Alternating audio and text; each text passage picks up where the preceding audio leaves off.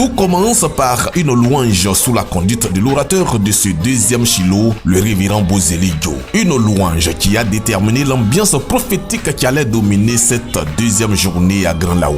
Une fois le décor prophétique planté, Bozeli Joe plonge le peuple de Dieu dans la suite de l'étude du thème « Lève-toi et sois éclairé », mais cette fois faisant ressortir le sens spirituel de son développement. Il s'en est suivi une adoration dans une atmosphère hautement divine, ouvrant la porte à la partie délivrance. Bozeli Joe, inspiré du Saint-Esprit, amène le peuple de Dieu à la découverte de la puissance de Dieu qui se manifeste dans l'enceinte du siège de la CPV, qui est un camp de prière.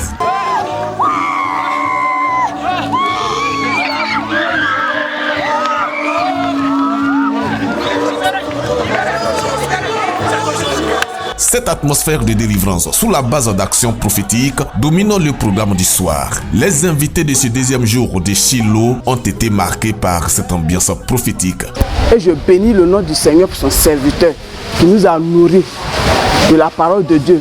À travers lui, nos vies ont été libérées, ont été restaurées. Être là, au contact de l'enseignement du révérend, est pour nous une bénédiction. Il faut dire que durant ces 2 jours, nous avons été enrichis par la parole. Le sens spirituel des enseignements de Bozeli Joe à ce deuxième jour de Shiloh ont été beaucoup bénéfiques pour les fidèles. Vraiment, j'ai été vachement nourri parce qu'il y a des choses que j'ignorais que ce soir, Papa Bozeli Joe a révélé. Pour le conseil de la chapelle des pierres vivantes, les actions prophétiques de ce deuxième jour témoignent l'objectif atteint à mi-parcours de ce programme. L'orateur a poussé la pensée de cette nuit-là et ça nous a fait voyager avec le Seigneur.